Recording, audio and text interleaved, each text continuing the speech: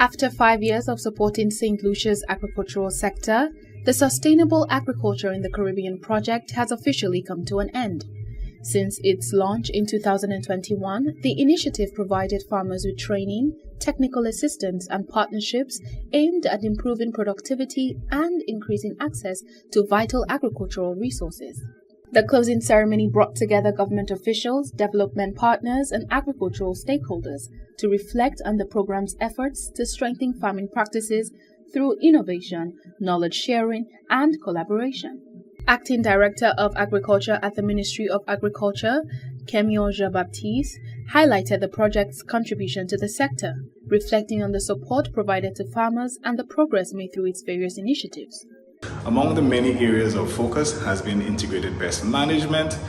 We looked at integrated plant nutrition systems, and by that we mean looking at utilizing organic types of fertilizers and substrates to enhance soil nutrition and plant health. We've looked at working with women and youth, building their capacity. We've also seen work done on hydroponics, looking at how we could enhance water use efficiency in agriculture, and of course come away from the difficulties that are associated with cultivating in the soil.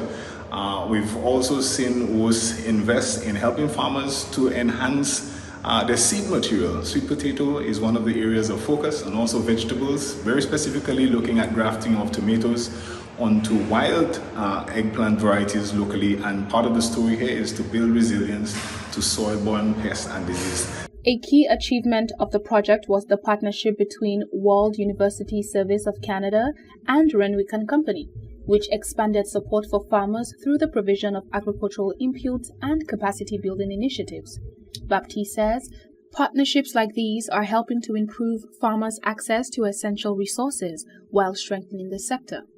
He noted that the project also played a role in efforts to regulate and control the sweet potato weevil, while keeping food security at the heart of its work. That enhancement of food security is to ensure that we improve productivity issues, supply chain issues, ensuring that what the farmers need in terms of supplies to regulate pest and disease management. That's why we are Renwick & Company and other like E&E Agrochemicals, Mr. Eugene, who is also helping to ensure the farmers have the best sort of products that they need to ensure that the productivity is maintained. This is about livelihoods.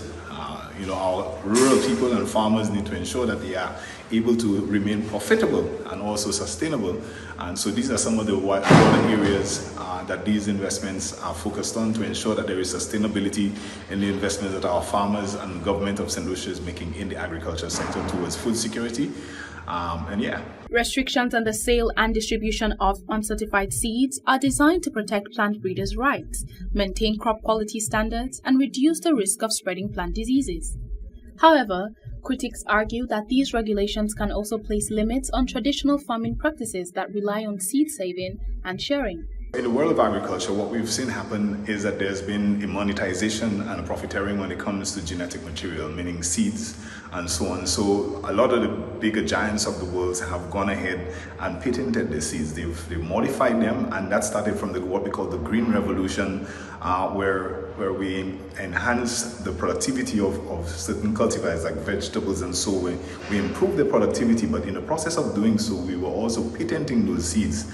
These seeds, some of them are genetically modified in the case of soybean and so on, and sweet corn. In other cases, they are selected, meaning that the better traits have been identified and used to produce an ultimate seed that increases productivity. What that essentially does, it prohibits persons from multiplying some of these seeds at the local level.